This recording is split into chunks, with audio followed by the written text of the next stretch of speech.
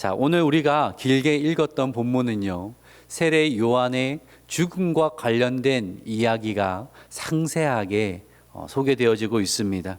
세례 요한의 죽음에 있어서 핵심 인물은 헤롯입니다. 이 헤롯은 예수님 탄생 때 등장했던 헤롯과는 다른 인물입니다. 가장 유명한 헤롯은 헤롯 대왕이죠. 예수님 탄생 때 동방 박사들의 이야기를 듣고 베들레헴에 2살 이하의 어린아이는 다 죽여라, 잔인한 명령을 내렸던 인물은 헤롯 대왕이고, 오늘 본문에 나오는 헤롯은 헤롯 대왕의 아들인 헤롯 안디바입니다. 헤롯 안디바. 그런데 그냥 성경 본문이 오늘 말하는 대로 편의상 헤롯이라고 하면서 오늘 말씀을 드리도록 하겠습니다. 헤롯은 오늘 설교 제목처럼 번민만 하다가 매우 잘못되고 어리석은 결정을 했던 인물입니다. 헤롯은 무엇이 선하고 무엇이 의로운 결정인가는 알고 있었습니다. 하지만 번민을 계속하면서 결정을 미루고 또 미루었고, 그러다가 이 상황에 의해서, 사람들에 의해서 등 떠밀려서 어리석고 사악한 그 결정을 했다라는 거예요. 저는 오늘 본문에 헤롯의 이야기를 묵상하면서 그동안 참 악하다라고 손가락질했던 헤롯이 어쩌면 내 안에 있는지도 모르겠다라는 생각이 들더라고요.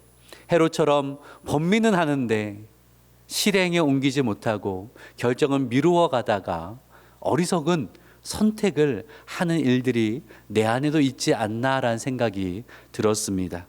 오늘 설교 제목이 번민만 하다가입니다. 번민만 하다가. 이것이 우리의 모습이 되지 않기를 소망합니다. 번민만 하다가 후회가 가득한 인생으로 나아가는 것이 아니라 하나님 앞에 선한 결단과 순종이 우리 모두에게 있기를 주님의 이름으로 축복합니다. 아멘. 오늘 말씀을 볼까요? 6장 14절의 말씀을 우리 같이 한번 읽어볼까요? 시작.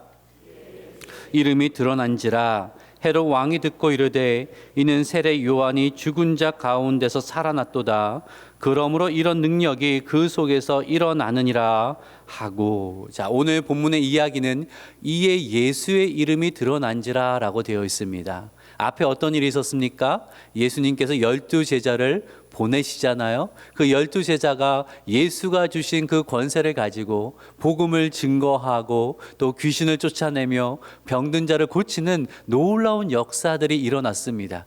이에 제자들의 그 사역을 통하여서, 전파를 통하여서 예수의 이름이 드러난지라 예수의 이름이 각처에 퍼지기 시작했다라는 거예요. 그러면서 이 갈릴리 지역을 다스리던 헤롯의 귀에까지 들린 것입니다. 예수님에 대한 이야기를 들었을 때에 보통 어떤 반응이 있을까요? 잘 모르면 이런 사람이 있었는가라는 궁금증이 들 수도 있고요. 또는 유대 종교 지도자들처럼 이거 가만두면 위험하겠는데 라는 경계심이 들 수도 있습니다. 그런데 오늘 본문을 보니까 헤롯의 반응은 상당히 이례적입니다. 같은 사건을 다루고 있는 누가복음 6장을 보면요, 헤롯이 예수님의 소문을 듣고 나서 심히 당황했다라고 되어 있어요. 심히 당황했다. 왜 그는 당황했을까요? 왜냐하면 그 소문에 들린 그 예수가 죽은 요한이, 세례 요한이 다시 살아난 것이다 라고 생각을 했다라는 거예요. 그러면서 16절을 한번 볼까요? 읽겠습니다. 시작. 내가 목벤 요한 그가 살아났다 하더라. 상당히 오싹한 생각이지 않습니까? 내가 목벤 세례 요한이 예수의 이름으로 살아나서 예수란 이름을 가지고 능력을 행하고 세를 불리고 있다라는 생각이 든 거예요. 그러면 이 헤롯의 생각 중에서 지금 예수님이 뭐 하려고 한다라는 생각이 들까요? 세를 모아서 규합해서 힘을 키워서 나에게 복수하겠구나라는 생각이 든 겁니다. 와, 내가 죽인 자가 살아나서 나에게 복수하려고 한다? 무슨 공포 영화에 나올 법한 그러한 생각을 헤롯이 하고 있었다라는 거예요. 그러면서 마가는 헤롯이 저질렀던 너무나 어리석었던 그 일을 우리에게 소개하고 있는데, 그것이 세례 요한의 죽음과 관련된 일화입니다. 우리 17절과 18절의 말씀을 볼까요? 17절 제가 읽겠습니다. 전에 헤롯이 자기가 동생 빌립의 아내 헤로디아에게 장가든 거로 이 여자를 위하여 사람을 보내어 요한을 잡아 옥에 가두었으니, 18절 같이 읽습니다. 시작. 동생의 아내를 취한 것이 옳지 않다 하였음이라. 자, 당시 시대에 스캔들 하나가 나왔는데요. 그게 뭐냐면 헤롯이 자기 동생 빌립의 아내인 헤로디아와 결혼했다라는 거예요. 제수 씨와 결혼을 했다라는 것입니다. 뭐 각각 이혼한 상태였고 또는 사별을 한 상태였다 하더라도 제수 씨와 결혼한다는 것은 상당히 부도덕하고 비상식적인 이야기잖아요. 근데 어떤 일이 일어났냐면, 각각 잘 살고 있는데 헤롯과 제수가 씨가 되는 헤로디아가 눈이 맞은 거예요. 그래서 어떻게 했냐면, 헤롯은 그 아내와 이혼을 하고 헤로디아는 그 남편 빌립과 이혼을 해서 둘이 결혼을 했다라는 것입니다. 어떻게 이런 일이 있을 수가 있습니까? 그것도 백성들에게 본이 되어는 왕이 어떻게 이런 추잡한 행동을 할 수가 있겠습니까? 그런데 헤롯의 권세가 워낙 막강하다 보니까 감히 그 앞에서 말은 못하고 쉬쉬거리고 있는 그 상황에서 세례 요한은 그 잘못을 분명하게 공개적으로 그 앞에서 이야기합니다. 당신이 행한 일들은 그것은 하나님의 진노라 살 일입니다 라고 그렇게 담대하게 이야기했을 것 같아요. 그 말을 듣고 헤롯이 가만히 있겠습니까? 화가 나죠. 그래서 세례 요한을 잡아와라, 감옥에 가두었다는 거예요. 근데 그의 아내 헤로디아는 얼마나 분노가 심했는지 그 정도가 아니었어요. 19절의 말씀을 같이 한번 볼까요? 함께 읽겠습니다. 시작. 요한을 원수로 여겨 죽이고자 하였으되 하지 못한 것은, 헤로디아는 어떻게 했다고요? 요한을 죽이려고 했다라는 거. 너무 화가 나서 반드시 죽여야겠다. 근데 실행에 옮기지 못했던 것은 헤롯이 요한을 죽이는 데는 동의하지 않았기 때문이라는 거예요. 그래서 헤로디아는 언제 내가 저 인간 죽일 수 있을까? 무서운 사악한 생각을 가지고 있었는데, 드디어 그 사악한 계획을 실행에 옮길 순간이, 기회가 찾아온 거예요. 헤롯의 생일날이 되었습니다. 헤롯이 고관들과 또 장교들, 그리고 갈릴리 지역의 고위직 사람들을 다 불러서 잔치를 벌였습니다. 남자들이 다 모였겠죠. 그 시대니까. 남자들이 모여서 술을 마시고 잔치를 벌이면 그 시대에 뭐 그렇게 건전한 일들이 있지 않습니다. 그러면 이제 막 무르익으면 얼주취하면 여자들이 나와서 춤을 추는데, 상당히 야시시한 옷을 입고 매우 관능적인 춤을 추거든요. 그런데 그날따라 누가 나와서 춤을 췄냐면 헤로디아의 딸인 살로메가 나와서 춤을 춘 거예요. 10대 딸이 사람들 앞에서 관능적인 춤을 추는데 그것을 보고 다들 남자들이 좋아했다라는 것입니다. 그리고 헤롯이 얼마나 기분이 좋았는지 뭐라고 말하냐면, 너 뭐 원하냐? 다 줄게. 나라의 절반이라도 구하면 내가 너에게 줄게라고 상당히 허세가 들어간 말도 할 정도였어요. 뭐 10대 딸이 그래봐야 값비싼 보석이나 옷이나 뭐 그런 거 원하겠지라는 생각을 했을 겁니다. 그런데 살로메가 뭘 원합니까? 세례 요한의 머리를 달라 그래요. 엄마 헤로디아의 의견을 따라서 세례 요한의 머리를 쟁반에 담아서 주십시오. 아주 끔찍한 말을 합니다. 헤롯이 그 말을 듣고 깜짝 놀라죠. 그 예쁜 딸이 그런 잔인하고 사악한 말을 하니까, 엄마 헤로디아의 지금 계획대로 되고 있구나. 그럼 어떻게 해야 돼요? 야, 어떻게 너는 그런 말을 하냐? 아니다, 그건 안 된다라고 말해야 되지만 헤롯은 그렇게 하지를 못했다라는 거예요. 자, 26절 말씀 한번 볼까요? 시작. 자기가 맹세한 것과 그 앉은 자들로 인하여 그를 거절할 수 없는지라. 그 말을 왜 거절을 못했습니까? 주변에 누가 앉아 있어요? 그 고관들이 앉아 있어요. 그렇죠? 그 갈릴리를 다스리는 그 지역에 유지들이 앉아 있는 겁니다. 이미 말을 뱉었어요. 사람들이 헤롯을 보기를 왕이라고 하면서 재수하나 다루지 못하나 이러한 생각을 가질까 봐 그게 싫었던 겁니다. 그래서 어떻게 해요? 그 세례 요한을 목을 베라고 그런 명령을 내렸던 거죠. 아마 헤롯은 그 사건을 후회하면서 항변했을 거예요. 어쩔 수 없었다. 당신도 내 위치가 돼봐라. 내 사정이 돼봐라. 어떻게 안 죽이겠냐. 이렇게 말했을지도 모릅니다. 그런데요, 오늘 본문의 말씀을 보면 헤롯이 거기까지 몰리지 않을 기회가 분명히 있었다라는 거예요. 20절 말씀 한번 볼게요. 20절 말씀을 같이 한번 보겠습니다. 읽어볼까요? 시작. 의롭고 거룩한 사람으로 알고 두려워하여 보호하며 또 그의 말을 들을 때 크게 번민을 하면서도 달갑게 들음이러라. 자, 헤롯은 뭘 알았어요? 세례 요한이 의롭고 거룩한 사람이라는 것을 알았어요. 거기에 대한 두려움이 있었어요. 제가 어느 목사님이 오늘 본문을 가지고 이런 제목을 단 것을 봤습니다. 천국에 가고 싶었던 헤롯. 천국에 가고 싶었던 헤롯. 그 말이 참 와닿았어요. 헤롯은 분명 세례 요한의 말이 진리인 것을 알았어요. 그 길이 옳은 길이라는 것을 알고 있었다라는 거예요. 헤롯 마음 깊은 곳에는 내가 이러면 안 되는, 내가 변화되어져야 하는데, 하나님 앞에 의로운 자가 되어야 하는데라는 그러한 갈망이, 양심이 그 안에 있었다라는 겁니다. 그래서 여러 번 요한을 불러서 말을 듣습니다. 요한이 하는 말은 항상 이 마음을 찌르는 말이었거든요. 그래서 그 말을 들으면서 번민이 생기는 거예요. 그럼 어때요? 듣고 싶지 않을 수 있는데 또 성경을 보니까 요한의 말을 달갑게 들었다라고 되어 있어요. 달갑게 들었다. 어떤 의미일까요? 요즘 우리가 하는 말로는 무슨 말이에요? 은혜 받았다라는 거예요. 은혜 받았다.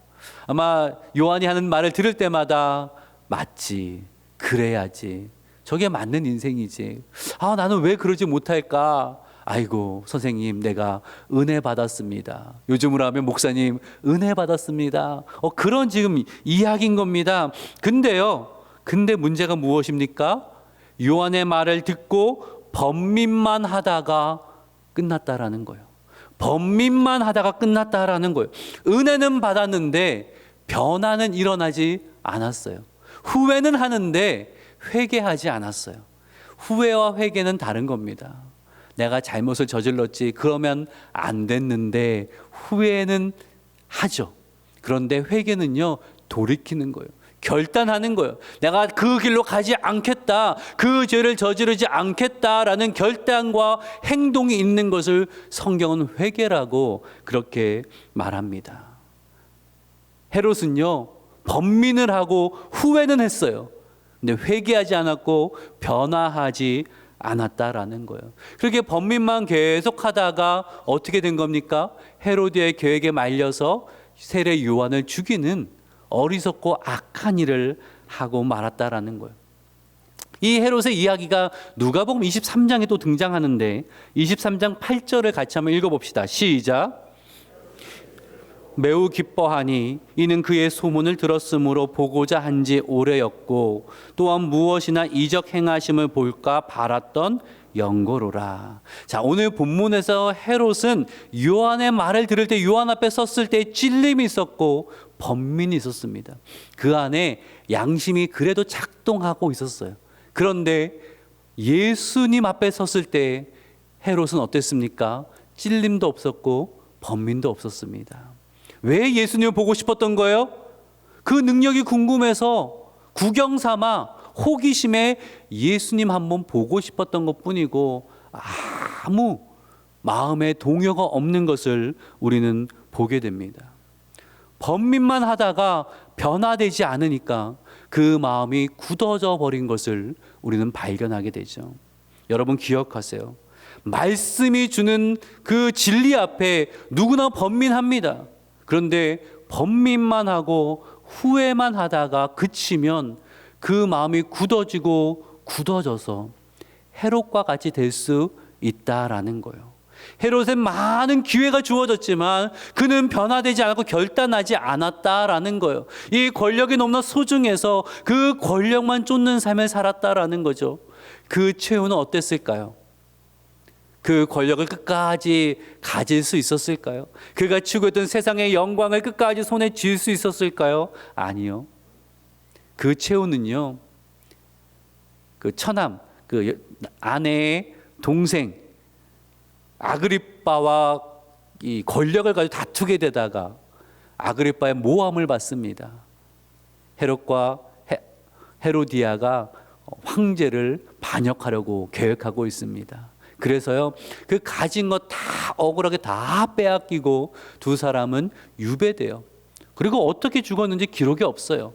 그만큼 소외되고 비참한 최후를 맞이하고 말았다는 거예요. 그 유배에 있어서 얼마나 후회했을까요? 내가 그러지 말걸. 내가 그러지 말걸.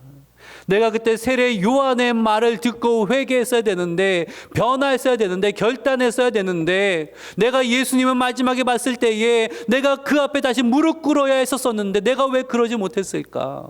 내가 왜 세례 요한을 죽였을까? 아마 후회만 했을 거예요. 어떤 기록을 보니까 밤마다 세례 요한이 나타나 악몽에 시달리다가 그렇게 생을 마감했다라는 그러한 기록도, 이야기도 있더라고요. 후회와 아쉬움만 남긴 인생, 그가 바로 헤롯이었다라는 것입니다. 이 헤롯의 이야기를 통하여서 성경 우리에게 어떤 교훈을 주기를 원하는 걸까요? 우리도 혹시 헤롯처럼 번민만 하다가 아무것도 하지 않는 그러한 삶을 살고 있지는 않은가? 우리에게 질문을 던지는 겁니다. 그럼 지금까지 하나님 말씀 얼마나 많이 들었습니까? 그 말씀을 통해 찔림이 얼마나 많이 있었습니까? 그 말씀을 통해 얼마나 많은 은혜를 누렸습니까? 그런데 은혜 받은 후에 여러분은 어떻게 행동하십니까? 주신 말씀의 찔림을 받은 후에, 번민이 생긴 이후에 여러분은 어떻게 행동하고 계십니까?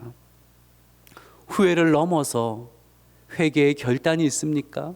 번민을 넘어서 순종의 결단이 여러분에게 있습니까?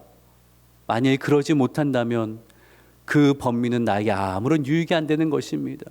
은혜 받고 그치면, 변화되지 않으면 늘 제자리 걸음인 겁니다. 신앙생활을 오랫동안 하였고 많은 은혜를 누렸지만 은혜 받은 경험은 많은데 삶은 변화되지 않는, 계속 후회와 아쉬움만 남는 인생이 될 수 있음을 성경 우리에게 경고하고 있는 것입니다.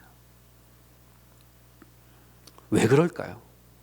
말씀을 들을 때 압니다. 그렇게 살아야지, 그렇게 변화돼야지, 내가 이러면 안 되지라는 번민이 있는데 왜 결단하지 못할까요? 왜 행하지 못할까요? 헤롯을 보니까 그 안에는 두려움이 많았더라고요. 두려움이 참 많았어요. 요한을 만날 때마다 찔림이 있었고 아마 내가 요한을 이렇게 가둬두면 안 되는데 라는 생각이 들었을 거예요. 그런데 옆에 누가 있습니까? 아내 헤로디아가 있어요. 요한을 죽이려는 헤로디아 보면서 내가 요한 풀어줬다가 어떤 소리 들으려고 어떻게 시달릴까라는 그 생각 드니까 할 수가 없는 거예요. 또 무슨 두려움이 들냐면 요한 풀어줬다가 더 백성들이 동요되고 소동을 일으킬 것 같은 거예요. 안 그래도 반 헤롯 정서가 많이 있는데 세례 요한은 계속 이 맞는 말을 하잖아요. 헤롯이 어떻게 잘못하고 있는지 계속 이야기하잖아요. 그러다 보면 백성들이 동요되어서 들고 일어날까 봐. 지금 헤롯은 왕이지만 임명직입니다. 임명직. 로마 황제가 갈릴리 지역을 다스리라고 임명한 공무원 같은 존재예요. 그러니 로마 황제가 야 됐다, 너 안 되겠다, 나가라고 하면 짐 싸서 떠나야 되는 것이 헤롯의 위치입니다. 로마 황제 가장 무능하다고 여기는 척도가 뭐냐면 그 지역에 소동이 일어나는 거예요. 소동만 일어나지 않으면 다 눈 감아 주는데 소동이 일어나면 그는 잘리는 거거든요. 그러니 이 헤롯 마음에 걱정이 드는 거면 두려움이 생기는 거예요. 내가 그 말대로 했다가, 내가 요한을 풀어줬다가 내가 쌓아 올린 것 잃어버리면 어떡하지? 두려움이 드는 거예요. 세례 요한 죽일 때도 하기 싫었어요. 근데 왜 죽여요? 왜 죽이라고 명령을 내렸습니까? 주변 사람들이 나를 지켜보는 거예요. 야, 내가 왕인데 죄수 하나 못 죽이는 그런 나약한 왕으로 비치면 이 사람들이 나에게 등을 돌리면 어떡하나? 그러면 내가 쌓아올린 건 다 무너지는 거 아니야? 손해보는 거 아니야? 잃어버리는 거 아니야? 라는 두려움이 드니까 결단을 하지 못했다라는 것입니다. 여러분, 우리는 어떻습니까? 우리 안에도 그런 두려움이 많지 않아요? 말씀을 들어서 알겠는데, 그 말씀대로 살아야 하는 것도 동의가 되는데 걱정이 많아요. 그렇게 살면 괜찮을까? 그렇게 살다가 내가 이룬 것 잃어버리는 거 아닐까? 나만 손해보는 거 아닐까? 여러 두려움의 마음들이 드는 거예요. 후회는 드는데 회개가 되지 않아요. 번민은 생기는데 변화가 일어나지 않는다라는 거예요. 그러다 보니까 오늘도 그 자리에 있고, 내일도 그 자리에 있고, 1년 뒤에도 그 자리에 있고, 늘 맴도는 신앙의 자리에 있을 수 있다라는 것입니다. 성경 분명히 말씀합니다. 말씀을 듣고 행하는 자가 복이 있다라고 합니다.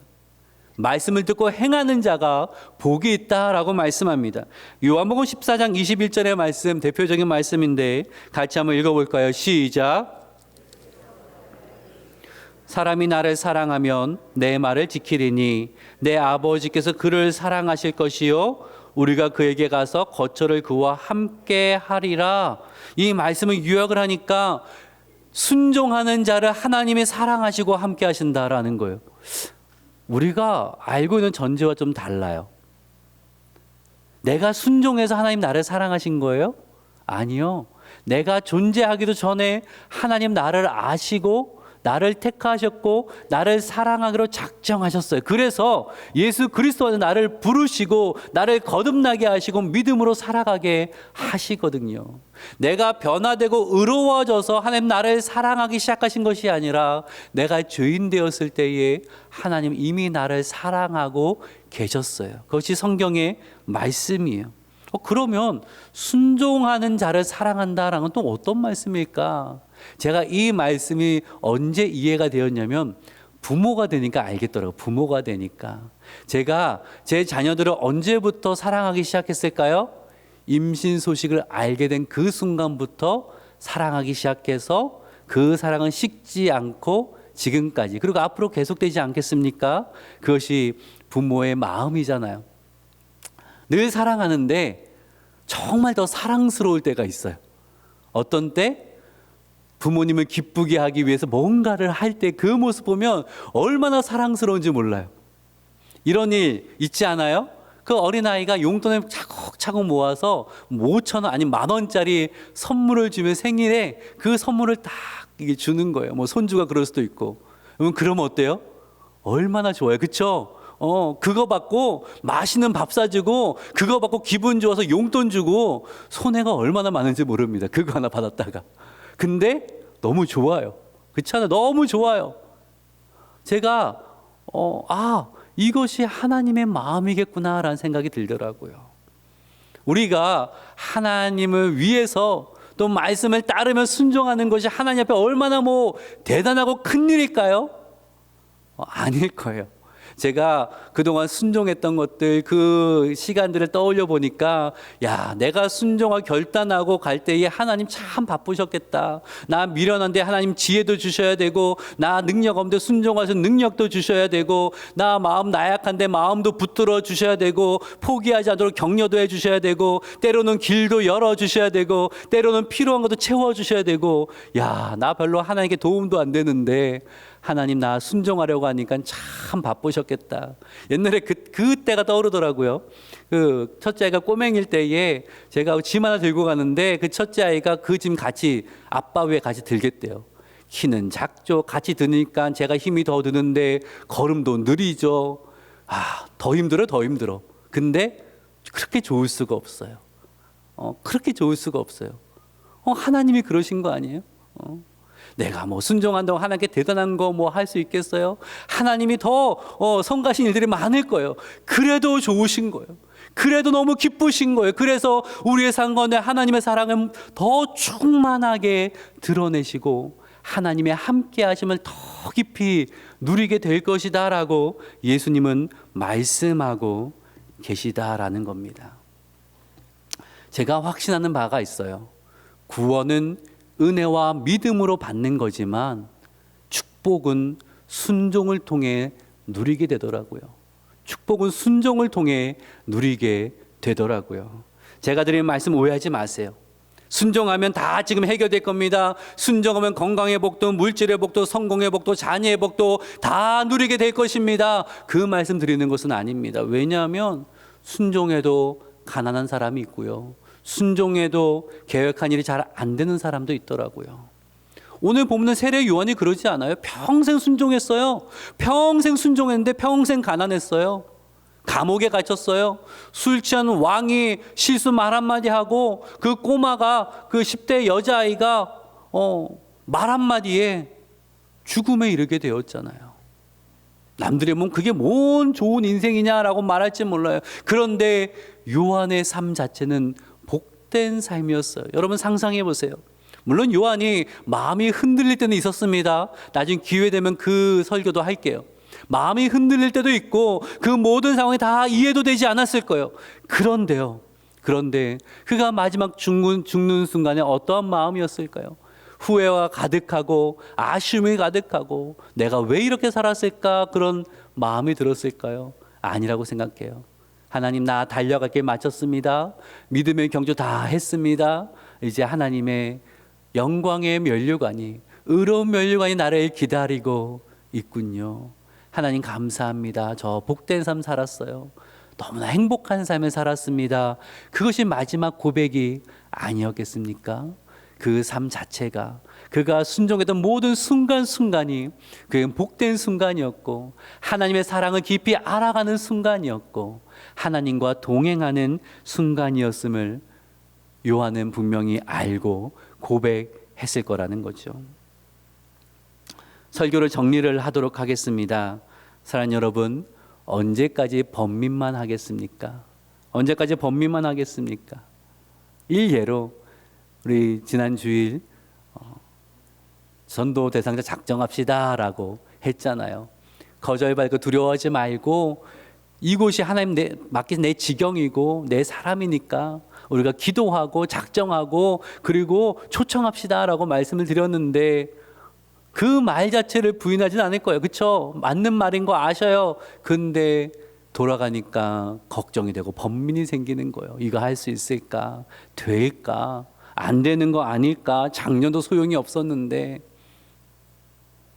하나님이 원하시는 것은 오늘의 순종이에요. 안 될 것 같지만 오늘 기도하는 거예요. 하나님의 기쁘신 뜻을 위하여서 오늘 순종하는 거예요. 오늘 순종해서 그 사람에게 초청했을 때 또 거절당할 수 있어요. 그럼 하나님이 실망하실까요? 아니요. 하나님은 나의 순종을 보시고 기뻐하신다는 거예요. 고맙다. 너무 잘했다. 너무 사랑스럽다. 하시면서 하나님의 은혜와 사랑을 부어주시고 순간순간이 주와 동행하고 순간순간이 하나님 주신 기쁨을 누리는 복된 삶이 되도록 우리를 이끌어 주신다라는 거예요. 하나님의 선한 인도하심을 소망하지 않습니까? 그런데 왜 번민만 합니까? 하나님의 선한 인도하심을 소망한다면 그 말씀을 따라서 해봐야죠. 순종해봐야죠. 오늘 말씀의 길을 따라가 봐야 되는 거죠. 그럴 때 하나님 나와 어떻게 함께 하시고 하나님이 어떠한 것을 준비하셨고 내 삶을 채워주시는 건지 순종해 봐야 알지 않겠습니까? 백날 번민만 해봐도 그건 몰라요. 아무리 번민해도 하나님이 어떤 분인지 알지 못해요. 순종하면 나아갈 때에 그 말씀 붙들고 나아갈 때에 말씀이 주는 진리가 이것이구나. 말씀이 주는 열매가 이런 것이구나. 축복이 이런 것이구나. 하나님의 은혜가 이런 것이구나. 내가 너와 함께하게 된 그 약속이 이런 것이구나라는 것을 알 수 있다라는 거예요. 그런 사랑하는 여러분, 번민만 하다가 후회와 아쉬움만 가득 남겼던 헤롯의 실패를 반면교사로 삼는 지혜가 있기를 바랍니다. 번민만 하다가 아무것도 못하는 것이 아니라, 번민만 하다가 변화도 없고 유익도 없는 인생이 아니라 결단하고 순종하며 믿음의 삶을 통하여서 놀라운 은혜와 복을 누리는 저와 여러분 되기를 주님의 이름으로 축복합니다. 아멘. 기도합니다.